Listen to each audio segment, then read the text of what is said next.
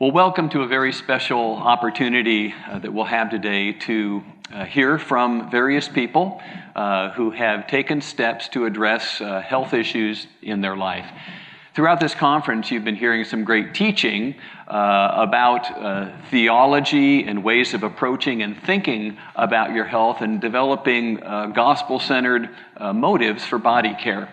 But in this session, we're going to have a conversation with couples who are in full-time ministry and to see how they have been challenged by some of the kinds of material you've been experiencing, how they've responded to that, and hopefully in a way that will encourage you in wherever you're at to take next steps to what it might mean to improve your health, your body care, your body stewardship.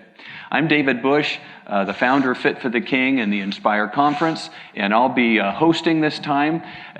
With me are three couples who are heavily engaged in ministry. Far over there on the end are Brett and Nicole Riceley. Brett is an associate pastor of discipleship. His wife, Nicole, is a full-time mom and homeschooler. Sometimes she still does some work baking. She is a patisserie, a pastry chef, so she's gone right into the heart of darkness. So you can see that we're not just picking out people who don't understand what it's like to have to show some self-control. But anyway, she comes out of that industry, very involved, both of them in ministry and in family life. Next to them is a lead pastor, Mike Rose, his wife Connie. They've got kids, grandkids, and very invested again, of course, in ministry and leading a church. And then right next to me here are Jason and Tracy.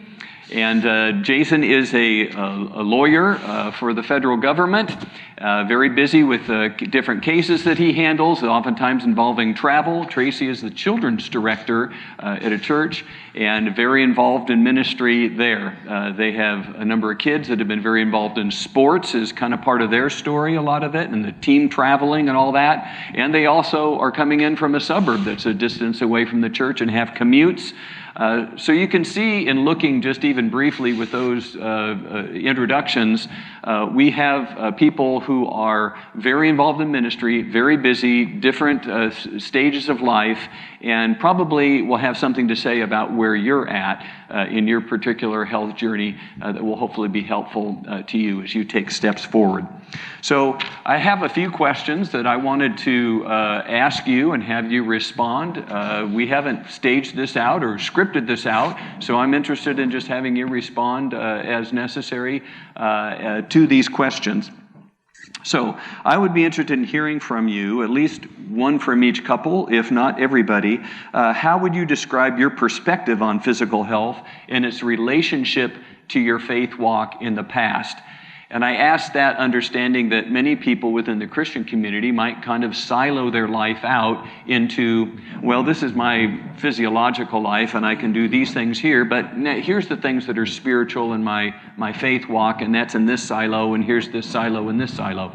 How did you approach physiological issues in regard to your spiritual life prior to your engagement with Fit for the King and the coaching program you went through? All right, well, I'll jump in and say that in the past, it had no connection whatsoever. All right? I mean, I understood that, God's given me a body and that there's a stewardship. I had that academic understanding. But when it came to practical living it out, no, I never thought of it from that perspective. It just was a complete disconnect. Okay.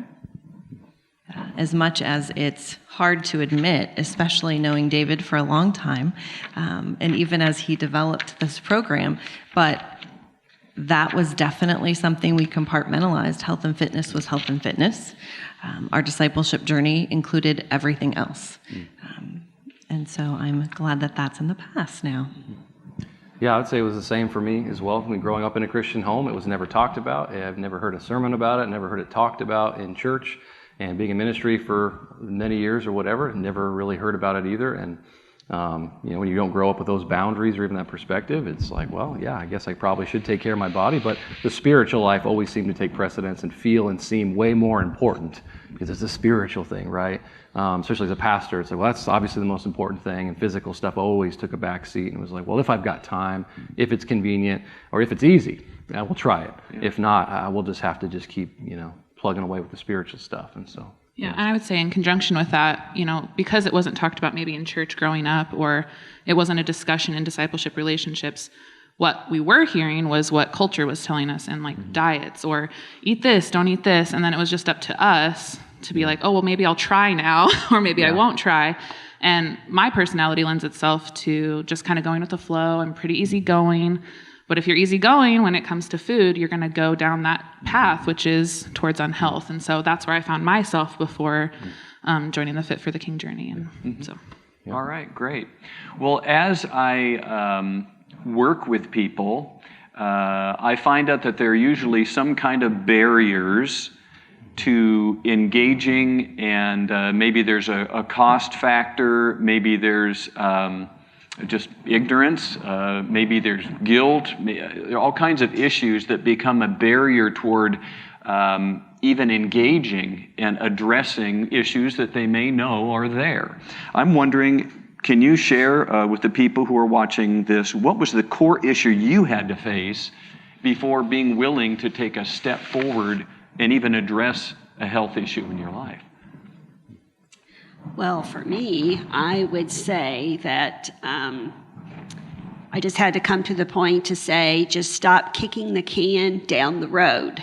And entering a new decade of life makes you kind of assess and reevaluate how your much health. road there is left to kick. Yes, how much there is left to kick. And it's just making that decision and getting over that hurdle and being afforded that opportunity to really do something about it. So, yeah. Okay. So yours was kind of facing a certain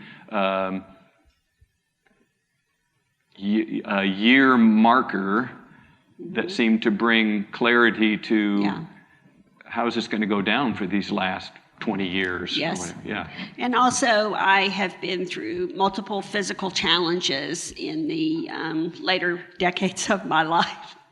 And just realizing, okay, what can I do to restore my health, to be as healthy as I can for my grandchildren so that I can be involved with them and have a positive impact on them instead of just being the grandmother that can only sit in the rocking chair. So, yeah. Okay. Other core issues? I would say for me, it was probably two main ones. First, I had a lot of shame around how far I'd let myself go. As a young mom, I think I just maybe accepted that this was just the trajectory that I would kind of be on is, well, you just kind of gain weight after kids and then it just kind of stays there. But I had been an athlete in high school and college, and I think there was a lot of shame that I didn't want to admit that I had forsaken kind of that priority that used to be present in my life. And then second, I would say pride. I had a lot of pride surrounding the fact that I didn't need help, that like when I was ready and when I wanted it bad enough, that I would just do it and that I would be successful. But, as Brett kind of encouraged me to join him in this journey, I had to really wrestle with, okay, I can't do this on my own. I obviously haven't done it on my own. And so I do need help, and getting over that pride that was very entrenched in me. So. Yeah. And I think for me, as a pastor, it's hard to admit this, but there was a lot of self-control issues that I had. I mean, I may not look 600, 800 pounds or whatever, but I struggle with gluttony. And after a long, hard week or a stressful day, ministry or marriage or parenting, a big old bowl of ice cream was a comfort to me, and emotional eating was very much part of my self-control and my sin. And that was a barrier that kind of kept me in that place of not wanting to give that up and not wanting to admit that I have a problem, even though that problem is very much easy to hide in the culture because everyone has to eat every day, right? And so it's easy to eat, but it's not easy to eat the right things, And so for me, I had to really kind of just have some sobering self-awareness moment of the way I related to food for me was sinful in the fact that I was going to it for satisfaction rather than God. And that was very hard for me to overcome intellectually and then even logistically as well. But grateful for the grace of God to help me do that. Even an aside on that is that as I have worked with people, pastors, the outpouring spiritually and the exhaustion, spiritual, emotional, physical exhaustion of a series of services on a Sunday or a Wednesday or some kind of preaching weekend or something. It's usually after those things where you enter a danger zone and you are like vulnerable and poured out, and both emotionally and physiologically. That is oftentimes in the life of a pastor a time where, man, just get me someplace because I got to deal with this expenditure of ministry. And more often than not, it's the convenience store, the fast food place, the bowl of ice cream that becomes that place to somehow recharge and get some needs met.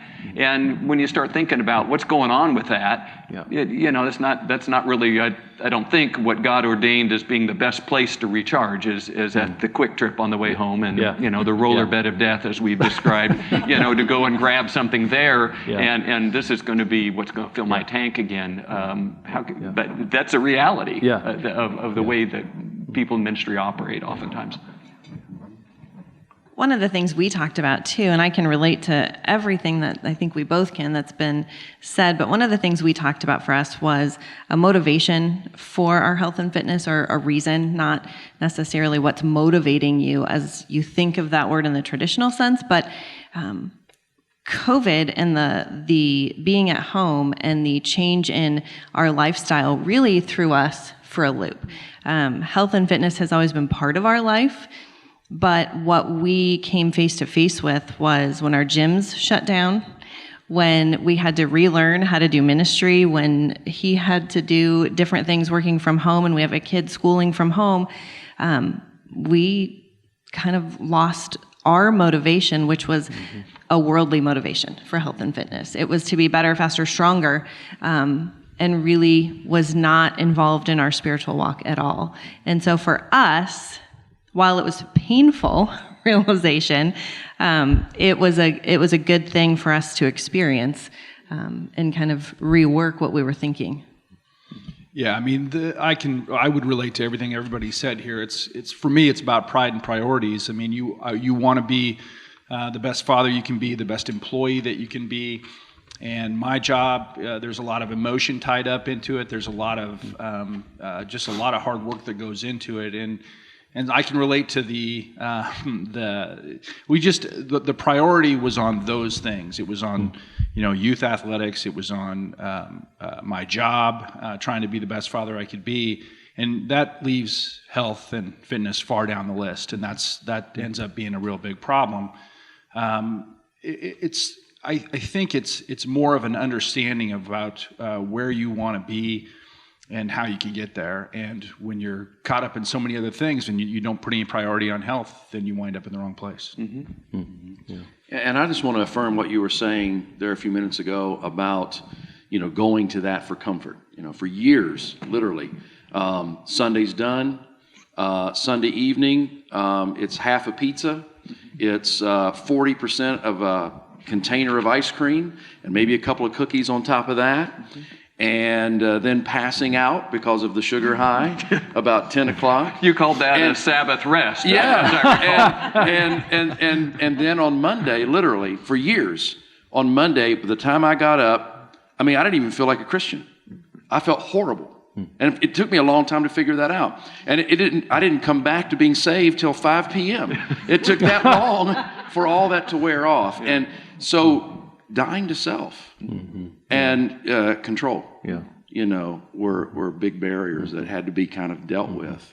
I'm not doing that now. I'm not perfect, but we're not eating half pizza and all the rest of that. Well, maybe sometimes half a pizza, but we're leaving the ice cream out. So. Okay. Yeah. Great. In our times together, as we worked either as couples or as individuals, you discovered, if you didn't know before, that the Bible actually has a lot to say about how we should care for our bodies. As you encountered those biblical truths, what instruction surprised or impacted you the most? I'm going to come back to the motivation. That was always the thing that impressed me when you were teaching about motivation and the whole deal about doing this as an act of worship, as a way of loving God, so that you can be available to do what God wants you to do. And if I keep on that track, or would have kept on that track that I was on for years, there's no way. I mean, in a few more years, I would be limiting more and more of myself, just because of age, and then just trying to overcome the bad habits. And so for me, it was really just coming down to dealing with that issue of what is the proper motivation, and that's what impacted me the most. We talked in motivations about extrinsic motivations, those things the world puts on you that can be very powerful but are short-term. Common grace motivations, the cause and effect, the sowing and reaping, which is accessible to anybody who can access those. Those are good motivations and should be a part of the mix of what would motivate us to change. But the best place is to find those intrinsic motivations, especially where they lead us to focus on how we can serve God, love other people better, and glorify Him the most. So trying to rework that, because we're heavy on extrinsic. We got a little bit of those common graces, but there's very little intrinsic that is actually a healthy intrinsic motive. Most of it's based on fear or pride, which are intrinsic ones, but they're sending us the wrong direction. Yeah, I think for me, the obedience issue, again, is so tied in with the call to follow Jesus, right? Deny yourself, take up your cross, and do that daily, and follow me, Jesus says in Luke 9, I think it is. And so, but I, again, never disconnected those things, and spiritual and physical were siloed, so I was trying to deny myself spiritually and doing okay at that, but then physically, I was like, there's no denial conversations happening over here. There ain't no cross there. There ain't no cross to bear in that, right? That's my pizza, that's my ice cream, but putting those things together, it's like, I have to deny myself, even if I feel emotionally drained, even if I emotionally just want to eat a bunch of stuff. Does that choice glorify God and honor God? And most of the time, the answer for me was no. And thinking through that from a stewardship perspective of, will my food choices honor God? Will my exercise habits honor and glorify God? And does what I'm doing even allow me to be available for my wife and my kids and my family? And they're supposed to be another piece of my stewardship. I'm leading family and discipling my children and trying to serve the church. And if I'm not physically available or hindered by that, then I'm not stewarding my calling to ministry as well either. And so I think those biblical things. And lastly, I'll say too, even your teaching throughout that was very, very helpful. Even as a pastor, there's a lot of things I just never noticed, still working through different things. And Jesus's reality of walking so many miles, thousands of miles, Jesus lifting things. He had a job where he was working with his hands and all those other little things that you kind of know in the back of your mind, but you never really weave that together to see that he had to be physically fit and in order to be available to do the ministry he did, and he walked everywhere he went. And so I think even that was just kind of another layer of conviction of, interesting, he had so much of his ministry that was physical, and so much of, how many times we running around this building and we talking and we're driving and we're doing things, it's physical. So I think that was helpful as well. Yes, the scripture that comes to mind as we were studying that portion in Romans chapter 12, that we are to present our bodies as a living sacrifice, holy and acceptable to God. And somehow that just always seemed like, well, that's your mind, your spiritual life, your mind. But it is so much more, because He is the one. He is how we have our being and why we breathe and why we move. We are His creation. And to take that so lightly that we would constantly be damaging our flesh by what we put in and, the things that we eat, it's not healthy and it's not good. And so, that just kind of really stood out to me as we discuss those things during the sessions. Yeah, I think I'm right there with you, Connie, and that was, I believe it was session 3, and I was looking back through that in the last couple of days, and then something in the book that I had underlined and highlighted, just reminding me, and as I've listened to you guys talk, we do think about how we're representing Christ with our thoughts, with our words, with our actions, how we treat people. And are we appropriately representing Jesus as an ambassador? Oh, wait, what about my physical body? What about what I'm putting into my body? What about how active I am and how I, do I look like I know what I'm talking about when I'm talking to you about Jesus, or do I look like maybe she doesn't know what she's talking about? And so that was a sort of a 2x4 over the head for us when we thought, ooh, ouch. Why is this so hard to understand what God's plan for our physical body is? You know, we're right there when we're talking about how we treat people, what words we use, our behavior. But this was a place that needed attention. Yeah. I would say that was pretty impactful for me. Like, what barriers am I presenting as I just present myself physically? Like, what barriers does that present to people when I'm trying to communicate the gospel to them?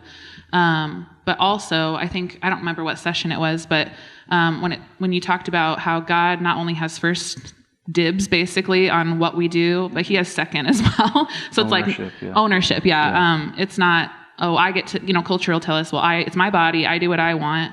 Whereas scripture tells us, no, it's the Lord's creation. Like Connie was saying, it's his body. Like, what does he want me to do with it?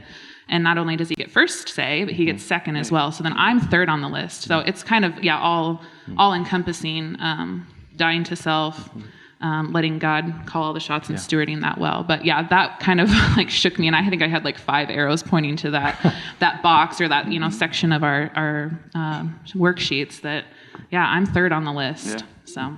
And technically, I guess fourth. I think we talked about that. Yes. Because he gets third dibs. In a quick review of that session, he's bought you back a second time, so he's got first and second, and your spouse has third dibs. So, boy, it's You don't cut the spouse out of the equation if you're married. You got to keep it in the right order, right? So, it's kind of sobering to think that we're Very number humbling. 4 by the time we get to do what we want to with our bodies. Yeah. Okay. In our times together, you also learned a great deal about how the body functions, everything from digestion to metabolic rates, how your body responds to different foods or benefits from vigorous movement, etc. What fact about your body, your physiology, was the most impactful for you? Well, I really enjoyed that part of the sessions that we did and going through and learning more about that. And I was somebody who felt like I knew that. Taking those quizzes, I didn't. But one thing that stuck out for me was the visceral fat and the fat that is contained within the organs or near the organs, and that's still. I remember that immediately because that's definitely something that I hadn't thought of and needed to address. Okay. And you got a chance through some scanning that we did to see what that percentage is and how that can change with dietary and movement changes. Yeah, I think for me, that was one of the most helpful parts about the training and what David does in his coaching is the onboard and the nutrition stuff. And for me as a pastor, we talk about all the time, people know what they should do, very few, and they might even know how, but why? And so even like why everyone says eat vegetables and drink water and do this stuff. And I've heard that, we all know that. But even with water, that was one thing for me that really stood out was like, drink tons of water, Brett. I'm like, okay, why? Water's not exciting. It doesn't taste good. It gets real old real fast, right? And you liked soda a lot and before. I drink soda quite a bit, And so to learn what water does with my organs and how that promotes fat loss, because when the organs can function, well, then it's just kind of a chain reaction. Learning that was helpful. And so learning the science behind the nutrition, I feel like was so empowering. Again, didn't grow up hearing any of that. Where would you hear that in the church? It's not a nutrition class. Well, the seminary, they focused on this for at least a semester. Yeah, they must have missed that one my semester, So very empowering to learn that if I operate within God's design for how He's made my body to function, whether it's water or food and nutrients and macros and all those kinds of things, if I operate within His parameters of how He's designed my body to function at its best, rocket science, so that goes well for me. Weird. And so just submitting even to the science of God's design in my body with all that stuff has been just incredibly empowering, which then leads to hopefully better choices. I don't remember the technical terms, but the thing that sticks out to me the most was that after 5 minutes of activity, you're burning what? We move past TCP to glycogen, and then we start working on fat reserves, how your body uses fuel. Right, but after 20 minutes of continual movement, that's when the real fat burn begins to happen. So I've been walking 3 to 5 miles every other day. And one of the things that clicks every single time is when I hit that 20-mile, Guess what? when I get that We flipped the 20-minute switch. point, it's like I am burning Yeah. fat, right? And so for the next 35, 40 minutes, sometimes even an hour, wow, you'd think I'd be thin as a rail then. But that's something that really stuck out to me and has become somewhat of a motivator. That's good. That was one thing that stood out to me too. And it was hard to switch mentally because growing up doing sports and athletics, it was always these short bursts of energy. Oh, I'm really getting in shape because I'm running for 10 minutes and then I'm done, or whatever it is. So that was something that I still struggle with, thinking, oh, if I just make these small incremental changes, there are numerous benefits. And if I just keep that sustained long enough and keep consistent with it, like, it doesn't have to be really exciting or intense or whatever. And as we get older, it's not going to be just by nature, right? But that's one thing that I'm still trying to wrap my head around and internalize and make it intrinsic rather than just knowledge. So. Yeah, and that should be encouraging to people to know that it isn't necessarily the sprint or the really quick 2-mile run. It's walking for miles. It's the sustained nature of your exercise and your elevated heart rate that is really going to pay some great dividends. And I feel like it's even more empowering too, because it's like, well, I'm not going to go sprint, 7 miles. I can't even do that. So it's empowering to know that piece of information is very realistic. Most of us can walk, or go for a walk and those kinds of things. So I think that's helpful. And I think that's such a great point too, as I think of not just us talking, but as I think of the audience watching. I think it should be encouraging to know that these things are attainable. And if we all went down the row and talked about what we do to move our body, to drink our water, to eat properly, it would look different for all of us. But it's so attainable if we are just doing what God designed our bodies to do. Regardless of your circumstances, we've all talked about different circumstances. We can make these small incremental changes, like Nicole said, and see better health so that we can continue to serve God for the long haul. Yeah. We learned that we were created to move. God put us not, in a cubicle, and He didn't put us in the Barcalounger. He put us in a world that demanded and that celebrated and cooperated with physical movement. And so what we experience in a lot of today really is something that is inconceivable to God's design, where sedentary living and all that kind of stuff has just become the norm. That wasn't how it started, and it wasn't really His intention. So He created us to move, and we're cooperating with His plan when we try to find ways to move and engage. Yeah, and I think just to talk to those watching, from a pastoral perspective too, I hope you're hearing the connection between even growing in your physical movement. It's progress, not perfection, right?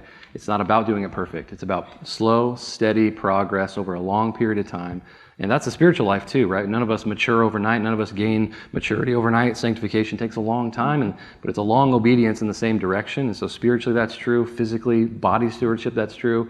Taking bites, different meals, different movement, all that stuff. I just want to encourage you to progress, not perfection. Don't beat yourself up if you can't do it perfectly. We have not done anything perfectly in this process. We don't do things perfectly even today as we've done this interview.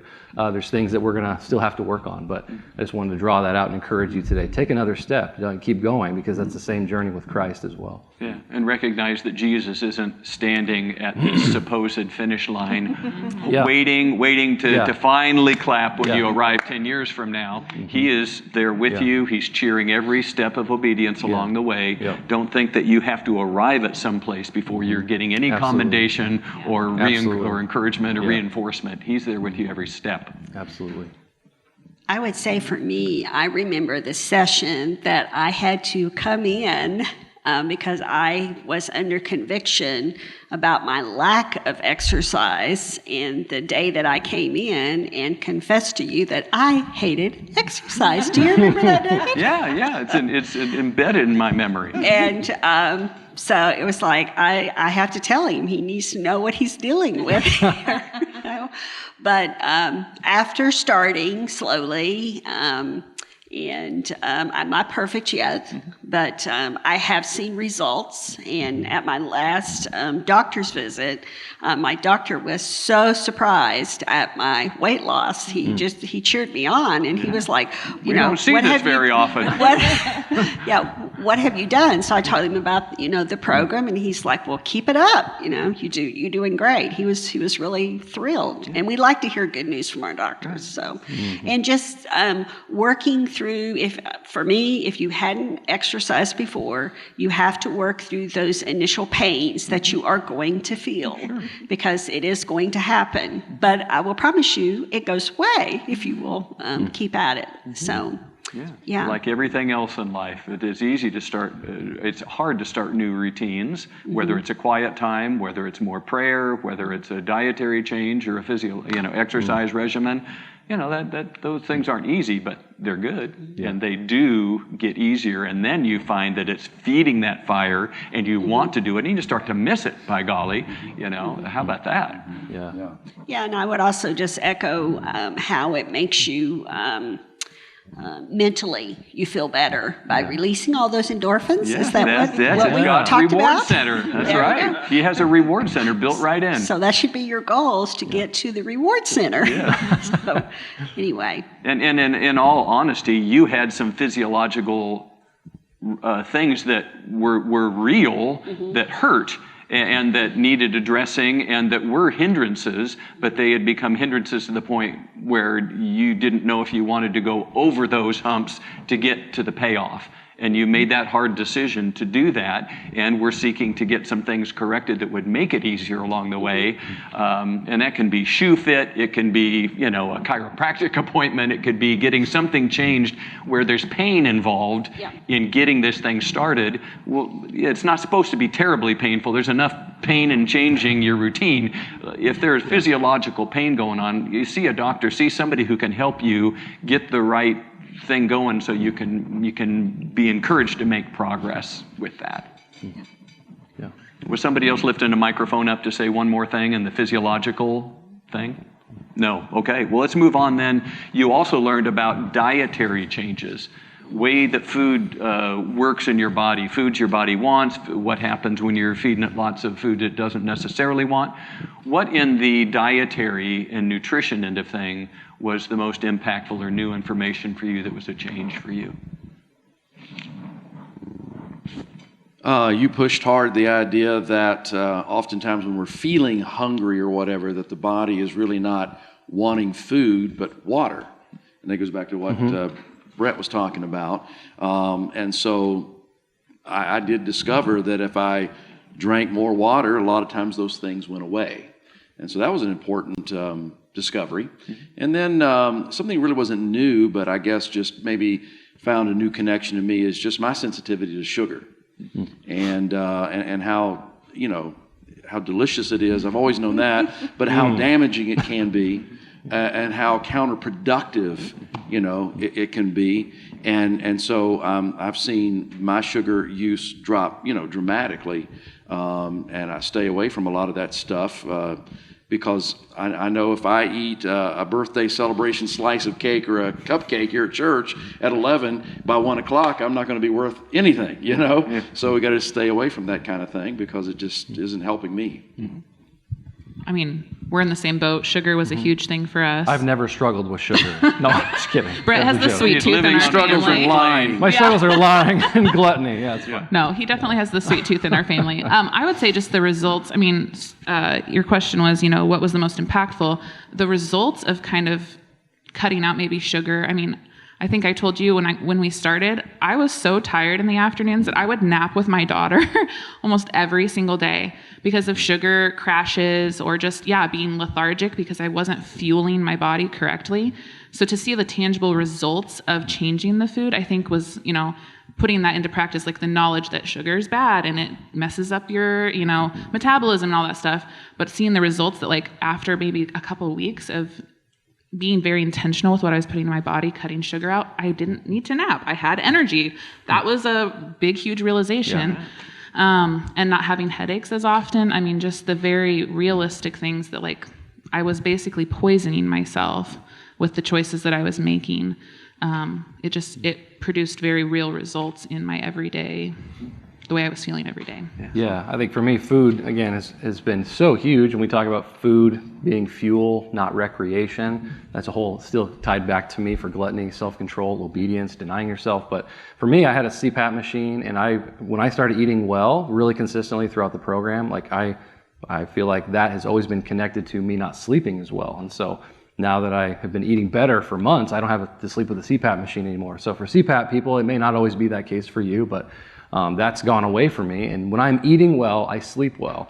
When I sleep well, I have a better mood. And I had a lot of crazy mood swings where there'd be days where I was very, almost depressed or angry or edgy. And some of these guys could probably attest to that as we've worked together, you know.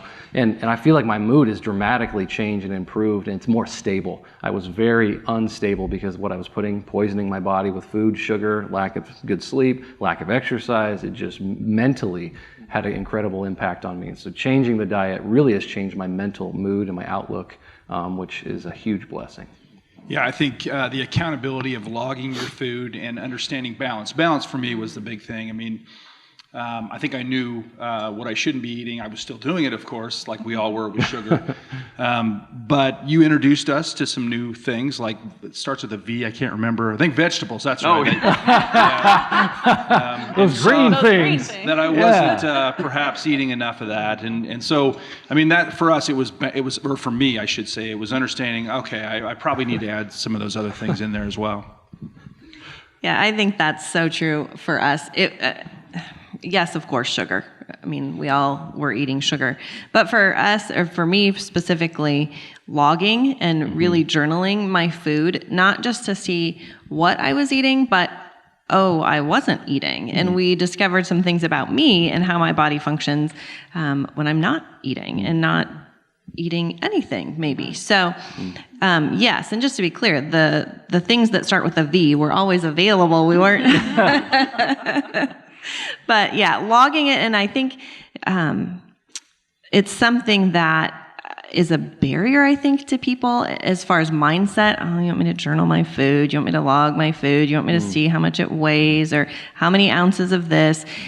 It's huge, we found, to really pay attention to what we're eating, how much we're eating, and when we're eating. So that was the most for me as far as the nutrition. I think that was the most impactful for me. One other thing that was, I think, impactful for me was realizing that there aren't, like I think maybe some of the diet culture demonizes certain food groups or says you can't eat carbs but like God created them and they're an energy source. So it's not about cutting out specific groups of foods or saying you can never have this again, the restriction kind of mentality of diet culture. But saying, okay, I can have those things just in the proper portions, and not gorging myself on bread and, pizza and all that stuff. But it's okay to have those things because God designed certain foods to do certain things with our bodies. So that's one thing that I still, it's like, I can have that. I just need to do it in the proper portion and then balance, like Jason was saying, balance it with a good, huge plate of veggies or a big salad or something. Yeah. So. And I'm grateful for David's coaching in that process, too, of not making food this legalistic thing. Well, you have to give up all this the rest of your life, and if you do it, you're a horrible sinner. Shame on you. Go run 10 miles. We go to birthday parties. We have anniversaries. We have special occasions, and appease. I still make cupcakes sometimes. Yeah. It happens. The struggle is continually real, Yeah. But it's not evil to have a cupcake, right? But if I have 12 cupcakes in an hour, that, for me, and most of us, that's probably sin. And so just a distinction of, we're not going to be legalistic about food, but we do need to be realistic, real portions, and a balance of obedience and self-control with that. And so I think that was very helpful for me because I would often feel like, well, if I've got to give up all this stuff, if I have to give up sugar, I'm out. That was my mentality. So now it's like, well, I can have a little bit, and I still struggle to keep that in balance on certain days. Even like yesterday, being transparent, not a good sugar day for me. But progress is the goal. Mm-hmm. Well, Mike, you are famous for bringing us in contact with God's Word and filling our minds with truth. But then you ask a question, usually. So what? Okay. So you went through a coaching process and you had maybe your eyes open, maybe some scales fell off. You were impacted by scriptural truth and so forth. If I was to say, so what, to that experience, what has practically changed moving forward that is a game changer for you, that is going to keep you moving toward increased sanctification and discipleship in this area of your life? So what? You went through coaching. I did it. What's really changed, and do you think is going to stay changed? Everybody's looking at me like I'm supposed to answer. This one, so. We're looking Come for on, leaders. Pastor, give us. Well, really the so what is this, is that at the age of 60, if I'm going to have the wherewithal to continue doing ministry into my 70s, if I'm going to be able to be active with my grandkids, if I'm going to be able to have a productive life, then I have to take care of this body that God has given me. And there's just no getting around it. And it doesn't matter how good your sermons are. It doesn't matter how good all the other ministry things that you do are, how great of a counselor you are, whatever. If you are not taking care of your body, those things are going to be in jeopardy, right? Yeah. So that for me is sort of the so what. It's the takeaway for me is that like she said, I don't have much road to kick the can down anymore. So I've got to take these things that I've been taught that are true and proven, and I've got to continually make application. And if I fall off the wagon, well, so be it, but then get back on the wagon as quickly as possible, trusting that God is going to give me the sustaining grace to do it. And so one of the things you said, do you think God, if you're asking Him to help you lose the weight so you can get in your Speedos, and nobody wants to see that, by the way. Oh, no. But so you can get in your Speedos for summer vacation, that He's going to help you? Probably not. But if you're asking Him to help you to manage these things properly so that you can serve Him effectively, then probably, yeah. And so that's an impactful thing and something that I need to do, and probably everybody else does too. Yeah, I completely agree with that. That was it for us too. The examples you gave of how does this end, and what do you want to be doing when you get to the end, and nothing impacted us as much as that. We want to be active. We want to be continuing to disciple people and to trying to have the impact He designed us to have at the end, not just now, but at the end, rather than some of the other examples that you gave, which are tragic and unfortunate, and I think more than anything else that impacted me. Okay. We discuss, when do you have the most to bring to the table as a discipler, as a pastor, as a husband, a wife, a grandfather. These things are kind of end-loaded. It's not like you don't have impact along the way. Of course you do. But when do you have the freedom? When do you have the financial resources? When do you have the accumulated wisdom? When do you have a full, what used to be called a full Rolodex, but a full contact list Say what? where you can pick up the phone and get stuff done? It isn't in your 20s and 30s and 40s, it's in your 50s, 60s, 70s where that stuff can happen. But there's one caveat in there, isn't there? If you have the health to do it, and you're not just going from prescription to prescription to appointment to appointment, patch, because your life is just become unable to sustain that kind of a life. So we need to look in the future and say, how can I maximize the effectiveness of my life for the kingdom of God for a time when it has the potential to be the most impactful? And that's going to mean changing things for a lot of decades so that you can be effective in those years. Yeah, I feel like for me and us, we just moved to Iowa a couple years ago, and after church planting for a few years, our marriage was a mess, and I'll take ownership for that as the husband. I just didn't lead my family the way I should have, and so moving here primarily was about us finding a season that we could work on our family health in general, and obviously being a part of a ministry we could believe in and get behind, which we're grateful to be a part of as well. But our marriage has suffered because the missing piece for us was the physical part as well. So we're not eating well, we're not sleeping well, we're moody, we have mood swings, we're tired, we're crashy, we're hungry, we're grumpy. I mean, all these other things, and it really put more strain on our marriage, more strain on our ministry. And so getting the physiological component in submission to Christ and God's design, I think has had a positive connection and effect to our marriage. And I feel like we're having the best marriage season yet that we've had, and we know that that's a progress too, and there's seasons come and go. But I think that piece has also helped flow into a lot of other things for us that have really transformed us by the grace of God. And so the missing piece, and I think the legacy piece, like you guys have talked about as well. I'm in my 30s. I hope to be more available the longer I live to be an instrument in God's hands, however that ends up looking. Yeah, for me, a couple weeks in, as I started to feel better and have more energy, I started praying around the mission or the goal of Fit for the King, right? I want to be physically available to love God completely, to let him love others through me and to accomplish his desires for me for his glory. So I was asking God, like, what do you want me to do now that I am feeling better? I have more energy. I have more availability. At that point, I was a stay-at-home mom, but my son was going to public school or, online. But I really felt like the Lord convicted me that because I have more availability now, my main priority is to my husband and to my family. And so that produced a very real application for me. And I homeschool now because I felt like, as I'm being discipled in this way, what better way to continue that legacy than to disciple my children? So, I get a very real opportunity as I'm cooking lunches and breakfast and dinner. We're not perfect at it by any means, but to implement those kinds of discussions in our home, not just around, food, but like activity. We want to get to that point where it's not a taboo topic in our home, or we don't want to silo it to where our children grow up thinking, oh, well, we have, our spiritual disciplines, and then there's everything else that we just put in our mouths or whatever. So we want to incorporate it all into a holistic way of living in our home. And so one way that God has allowed me to do that is to homeschool. And so that's a very real change. And I'm not napping every afternoon, which is also very beneficial. Yeah. Hours a week to be productive. Yeah. So much time.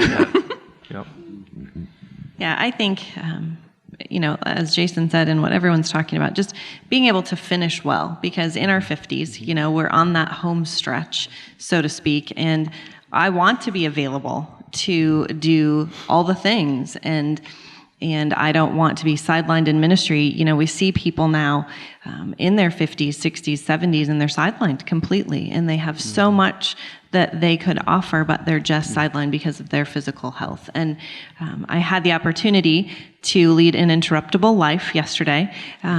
Fridays are my day off, and I like to have half a day where, I don't know, here at confession time, I don't really have to talk to anyone or do anything, right?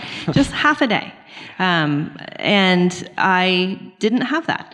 And I was interrupted, and I allowed that interruption, was able to fulfill the interruption of having 5 young boys at my house for a few hours.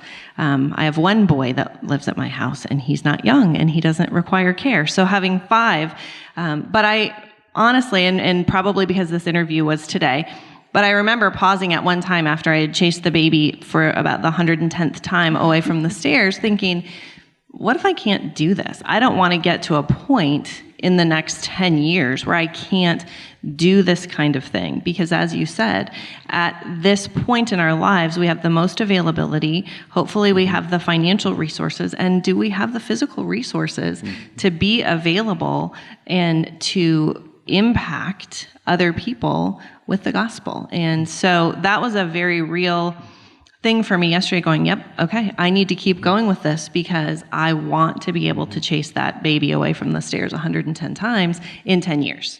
Yeah. So I think this is not a diet. This is not a fad. This is a complete lifestyle and part of our transformation as we continue to seek to follow Jesus. This is a huge piece of it. So as an encouragement, looking at 3 families in 3 very different places, this can be done. And you can make a step. You can take what's our next step. There's a next step for everybody, and it may look different, but it can happen. And I just want to encourage everybody to take that step. Thank you, everybody, for your transparency, your honesty, and for your sticking with it, because this is real life, and it's not easy. It's a daily challenge, and as we've learned, our culture's got all the wrong messages. It's got all the wrong availability of all the wrong stuff, and it's cheap, and it's easy, and it's plentiful, and in church culture, it's completely authorized. So thank you for pursuing countercultural lives, and as Tracy has said, it's doable. What's the next step for you? And for some of you watching, the next step is to maybe engage with Fit for the King, or even consider getting some coaching yourself. And if that's the case, you can go to the website fitfortheking.net, numeral 4, fitfortheking.net, and take a look at the coaching page, and maybe your testimony and your life experience will mirror some of what you've heard here. So thanks for joining us for this time, and we hope the rest of the conference is a great blessing for you.